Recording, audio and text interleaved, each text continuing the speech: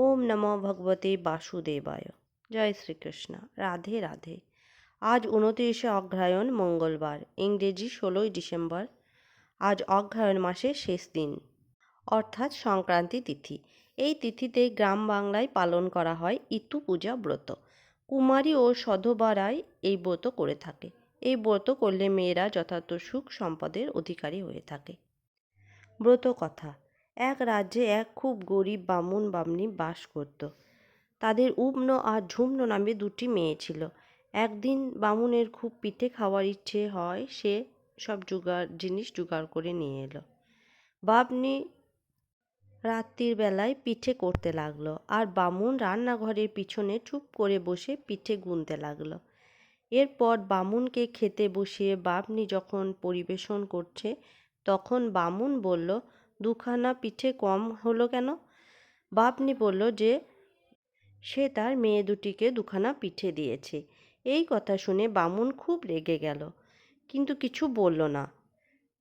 এরপর একদিন সকালবেলা বামুন বামনিকে বলল, আজ উবন ঝুমনোকে ওদের পিসি বাড়ি রেখে আসবো। পিসির বাড়ি থাকলে ওরা খেতেও পাবে, আর পরে ওখান থেকে ওদের বিয়ে থার ব্যবস্থা হতে পারবে। আমার বোনের অবস্থা তো খুব ভালো, আমি এতদিন অভিমান করে যাইনি। বামনি খুশি না হলেও মুখে কিছু বলতে পারল না। বামুন উমনো ঝুমনোকে নিয়ে বাড়ি থেকে রওনা হলো। অনেকখানি হাঁটার পর বেলা প্রায় দুপুরে বামুন মেয়ে দুটিকে নিয়ে একটা বনের মধ্যে ঢুকলো। মেয়ে দুটি খুব খিদে পেয়েছে। তারা খিদে তেষ্টায় খুব কাতর হয়ে পড়ল। তারা আর বসে থাকতে পারল না। একটি বটগাছের ছায়ায় তারা বাবার কোলে মাথা রেখে ঘুমিয়ে পড়ল। বামুন এইটাই চাইছিল। সুযোগ দেখে সে ইটের উপর মেয়ে দুটির মাথা রেখে চুপি চুপি পালিয়ে গেল। যাওয়ার সময় কয়েকটি শামুক গুগলি ভেঙে তাতে আলতা ছড়িয়ে মাখিয়ে রেখে গেল। মেয়ে দুটির ঘুম ভাঙতে দেখল যে তাদের বাবা সেখানে নেই, আর চারিদিকে খানিক রক্ত ছড়িয়ে রয়েছে। উমনো তখন ঝুমনোকে বলল, বাবাকে বোধহয় বাঘে খেয়েছে। ঝুমনো বলল, না না, আমরা যে দুখানা পিঠে লুকিয়ে খেয়েছিলুম, তাই বাবা রাগ করে আমাদের পিসির বাড়ি রেখে আসা নাম করে বনে ফেলে চলে গেছে। পিসি বলতে কোনো কালেই আমাদের কেউ নেই। এই ভয়ানক বনের মধ্যে তাদের খুব ভয় হতে লাগলো। দুজনের চোখের জলে ভাসতে লাগলো। কোথায় বা তারা যাবে তাও ঠিক করতে পারল না। এমন সময় দূরে বাঘের গর্জন শোনা গেল। বাঘের গর্জন শুনে তারা ভয়ে আরো আড়ষ্ট হয়ে উঠল। এবার বুঝি তাদের বাঘের পেটে যেতে হবে। তারা তখন ভয়ে ঠক ঠক করে কাঁপছে। এমন সময় উবন বলে উঠল, ঝুমনদি, ওই দূরে একটা খুব বড় বটগাছ দেখা যাচ্ছে, চলো আমরা ওখানেই আশ্রয় নিই। উবনোর কথা শেষ হতে না হতেই দুই বোন ছুটে গেল সেই বটগাছটার কাছে। দুজনেই বটগাছের সামনে জোর হাত করে বলল, বাবা বটসুপি নারায়ণ, আমরা ভয়ানক বিপদে পড়েছি। ওই শোনো দূরে বাঘের গর্জন। বাঘটা এসে এক্ষুনি আমাদের খেয়ে ফেলবে। তুমি আমাদের আশ্রয় দিয়ে বাঁচাও। উমনো ঝুমনোর এই কাতর কথা শুনে বটগাছটি তখনই দুফাক হয়ে গেল, আর উমনো ঝুমনো তার সেই কোটরের মধ্যে ঢুকে যেতেই আবার কোটরটা বন্ধ হয়ে গেল। বাঘটা কাছে এসে মানুষের গন্ধ পেয়ে চারিদিকে খানিকটা ঘোরাঘুরি করল, পরে সেখান থেকে চলে গেল। বাঘটা চলে যেতেই বটগাছটি আবার দুফাক হলো, আর উমনো ঝুমনো তা থেকে বেরিয়ে এলো। এখন তারা কোথায় যাবে, কি করবে ভাবতে ভাবতে জঙ্গলের ভিতর চলতে লাগলো। খানিক চলার পর তারা জনবসতি দেখতে পেল। বন তখন তারা পেরিয়ে এসেছে। তারা একটু দূরে গিয়ে দেখল যে তাদের বয়সী কতগুলো মেয়ে একটা পুকুরের পাড়ে ঘট বসিয়ে কী সব পুজো করছে। উমনো ঝুমনো তাদের কাছে গিয়ে দাঁড়াতেই সঙ্গে সঙ্গে তাদের পুজোর ঘটগুলো উল্টে পড়ে গেল। সেই মেয়েগুলো তখন খুব রেগে গেল, গিয়ে বলল, কোথা থেকে অলক্ষী এসেছো তোমরা, যে আমাদের ইতু পুজোর ঘটগুলো সব উল্টে পাল্টে গেল। উমনো ঝুমনো তখন খুব কাঁদতে কাঁদতে সেই মেয়েগুলোর কাছে তাদের দুঃখের কথা বলতে লাগলো। সব ঘটনা শুনে তাদের উপর মেয়েগুলো দয়া হলো। তারা উমনো ঝুমনোকে বলল, তোমাদের কোনো ভয় নেই, কাঁদতে হবে না। তোমরাও আমাদের মতো ইতু পুজো করো, তাহলে তোমাদের আর কোনো দুঃখ থাকবে না। যাও, এখন তোমরা ওই পুকুর থেকে স্নান করে এসো। সেই মেয়েদের কথা মতো উমনো ঝুমনো যেই পুকুরে নেমেছে, অমনি সেই পুকুরের সব জল শুকিয়ে গেল ও জলের মাছগুলো ছটফট করে লাফাতে লাগলো।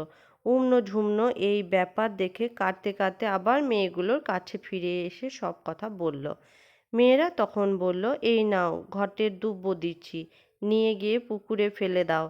ওদের কথা মতো উমনো ঝুমনো দুব্বগুলো নিয়ে গিয়ে পুকুরে ফেলে দিতেই আবার পুকুরে জলে ভরে উঠল। তখন তারা দুজনে পুকুরে স্নান করে নিল। স্নান করে ফিরে আসতেই মেয়েরা তাদের ঘট ও ধূপ দিয়ে ইতু পূজা করালো। পূজার পর তারা বলল, এইবার ইতুর কাছে বর চেয়ে নাও। উমনো ঝুমনো তখন ইতুর কাছে বর চাইল, ইতু দেবী, এই বর দাও যাতে আমাদের বাবার মায়ের দুঃখ দূর হয়, আর আর ঘর ভর্তি সোনাদানা ও টাকা কড়ি হয়। তারপর মেয়েগুলো বলল, এইবার তোমরা খুব ভক্তি করে ঘট নিয়ে বাড়ির দিকে যাও। তখন তখন ঘট নিয়ে উমনো ঝুমনো বাড়ির দিকে রওনা হলো। ইতু দেবী তাদের পথ দেখিয়ে দিলেন। এদিকে উমনো ঝুমনোর বাপ-মাও ইতুর বরে রাজার মতো ঐশ্বর্যের মালিক হলো।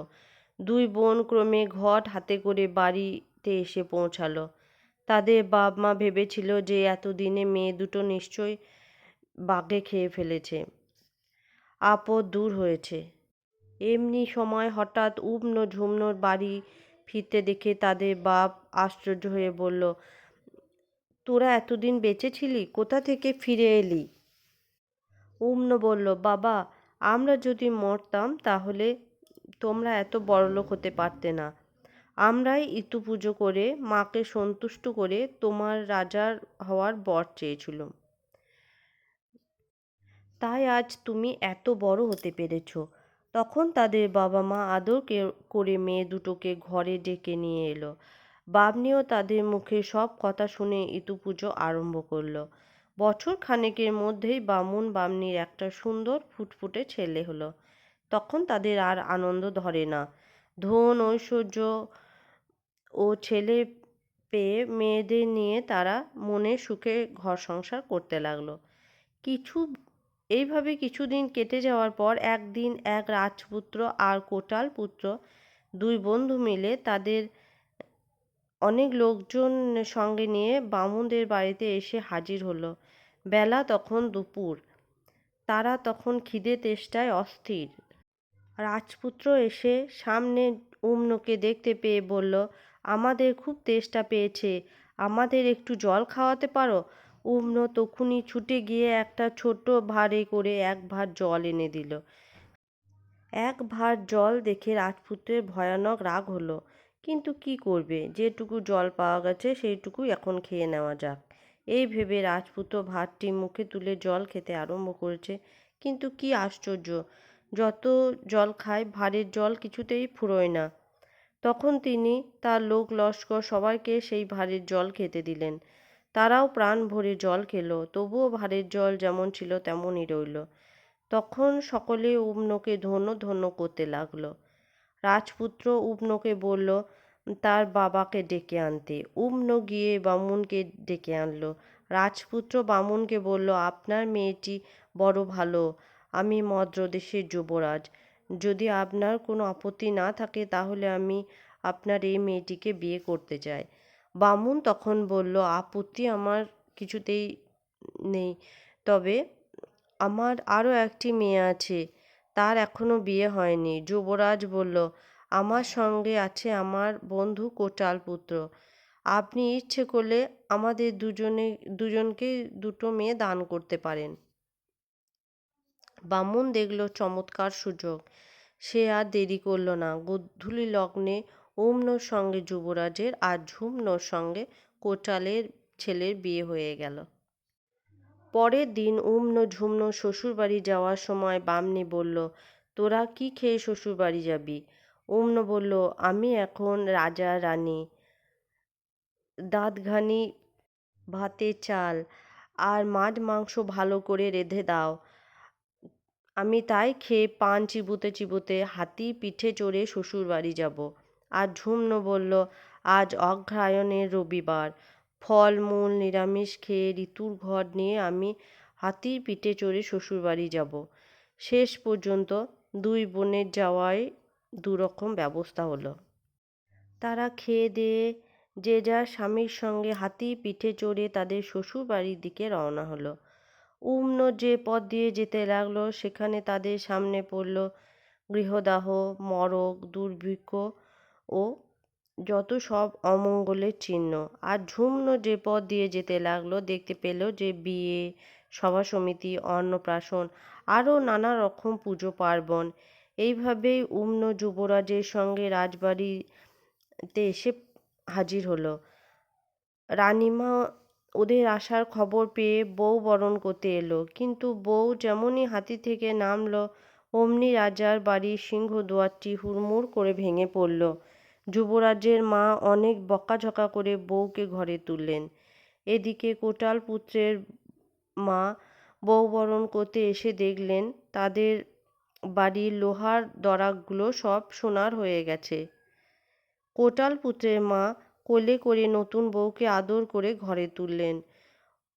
অম্ন রাজবাড়িতে আসার পর মদ্র যুবরাজের ধন ঐশ্বর্য বিষয় সম্পত্তি সব ক্রমে ক্রমে কোথায় চলে গেল। যুবরাজ একেবারে ভিখিরি হয়ে পড়লেন। আর ঝুমনো কোটালের বাড়িতে আসার পর তিনি কোটালের বাড়ির ধন ঐশ্বর্য পরিপূর্ণ হয়ে সংসার একেবারে উথলে পড়তে লাগলো। সারা দেশে প্রচার হয়ে গেল যে কোটাল পুত্র এক খুব সুলক্ষণযুক্ত মেয়ে বিয়ে করে এনেছে।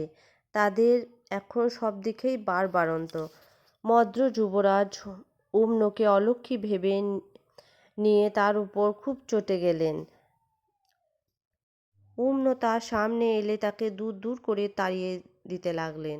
শেষে একদিন ঘাতককে ডেকে বললেন, এই দণ্ডে অম্নকে কেটে তার রক্ত এনে আমাকে দেখাও। ঘাতক যুবরাজের হুকুমে অম্নকে মশানে নিয়ে গিয়ে ছেড়ে দিল। আর একটা শেয়ালকে কেটে তার রক্ত এনে যুবরাজকে দেখালো। অম্ন শেষে ঝুমনোর কাছে গিয়ে সব কথা খুলে বলল। মায়ের পেটের বোনের এই দুর্গতির কথা শুনে ঝুমনো কারুকে কিছু জানতে না দিয়ে বোনকে তার বাড়িতে লুকিয়ে রাখল। এমনকি তার স্বামী কোটাল পুত্রকেও জানাতে পারল না। ঝুমনো বুঝল যে তার বোন ইতুর অসম্মান করেছে, তাই সে আজ এই বিপদে পড়েছে। তখন থেকে ঝুমনো আর অম্ন নিয়মিত ইতুর পুজো করতে লাগলো। শেষে ইতু দেবী আবার অম্নর উপর সন্তুষ্ট হলেন। সঙ্গে সঙ্গে যুবরাজের দিন দিন বাড়বাড়ন্ত হতে লাগলো। যুবরাজ একদিন স্বপ্নে দেখলেন যে এক দেবী তাকে বলছে, এক্ষুনি অম্নকে খুঁজে বাড়িতে না আনলে তার সর্বনাশ হয়ে যাবে। মদ্র যুবরাজ স্বপ্ন দেখার পর থেকে খুব চিন্তায় পড়লেন। তিনি তো জানতেন যে অম্ন রানীকে ঘাতক কেটে ফেলেছে। শেষে যুবরাজ কোটাল পুত্রকে ডেকে পাঠিয়ে স্বপ্নের কথা জানালেন। কোটাল পুত্র তখন ঘাতককে ডেকে পাঠিয়ে অম্নর কথা শুনলেন এবং খুব ভাবতে ভাবতে বাড়ি চলে গেলেন। কোটাল পুত্র অম্নর জন্য আর যুবরাজের জন্য খুব দুঃখ করতে লাগলেন। ঝুমনো স্বামীকে তার ভাবনার কারণ জিজ্ঞেস করে অম্নর ব্যাপারটা জানতে পারল। তখন সে তার স্বামীকে বলল, মা ইতু দেবীর আশীর্বাদে যুবরাজ আবার অম্নকে ফিরে পেতে পারে যদি আমার কথা মতো কাজ করেন। তুমি যুবরাজকে বলো যে আমাদের বাড়ি থেকে তার বাড়ির দরজা পর্যন্ত কলা গাছ পুঁতে তাঁবু ফেলে যদি কড়ির জাঙ্গাল দিয়ে দিতে পারেন তাহলে আবার অম্নকে ফিরে পেতে পারেন। কোটাল পুত্র যুবরাজকে সেই কথা জানালেন। যুবরাজ অম্নকে পাবার আশায় সমস্ত ব্যবস্থা করে দিলেন। ঝুমনো তখন অম্নকে রানীর সাজে সাজিয়ে তাঁবুর মধ্যে দিয়ে রাজবাড়িতে পাঠিয়ে দিলেন। অম্নর যেতে যেতে দুর্ব শিকড় লেগে পা কেটে গেল। যুবরাজ এতে খুব রেগে গিয়ে হুকুম দিলেন, এই দণ্ডে 18 হাঁড়ি মাথা আর তাদের বুড়ি মায়ের চোখ দুটো উপড়ে নিয়ে আসা হোক। বলার সঙ্গে সঙ্গেই যুবরাজের হুকুম মতো কাজ করা হলো। যুবরাজও উম্নকে নিয়ে রাজবাড়িতে ঢুকলেন। তারপর অগ্রহায়ণ মাস। উম্ন ইতু পূজা করল, কিন্তু ইতুর কথা শোনবার জন্য রাজবাড়িতে উপসী কোনো স্ত্রীলোককে পেল না। উম্ন তখন যুবরাজকে বলল যে একজন উপসী স্ত্রীলোক চায় যে ইতুর কথা শুনবে। যুবরাজ তখনই লোক পাঠালেন রাজ্যের মধ্যে যে স্ত্রীলোক উপসী আছে তাকে রাজবাড়িতে নিয়ে আসার জন্য। রাজবাড়ির লোক ছুটল চারিদিকে, কিন্তু কোনো উপসী স্ত্রীলোককে কোথাও পেল না। শেষে তারা সেই বুড়ি হারিণীকে উপসী জেনে ধরে আনলো। সে কিছুতেই আসবে না। সে বলতে লাগলো, ওই অলক্ষী রাক্ষসীর জন্য আমার 18 ছেলের মাথা গেল, আর আমি অন্ধ হয়ে গেলাম। আমি কিছুতেই সেখানে যাব না। যাই হোক, রাজবাড়ির লোকেরা তাকে জোর করে ধরে আনলো। সে উম্নর কাছে আসতে উম্ন বলল, বুড়িমা, তোমার কোনো ভয় নেই, তুমি আমার ইতুর কথা শোনো, আবার তোমার সব হবে। বুড়ি রাজি হয়ে ইতুর কথা শুনল।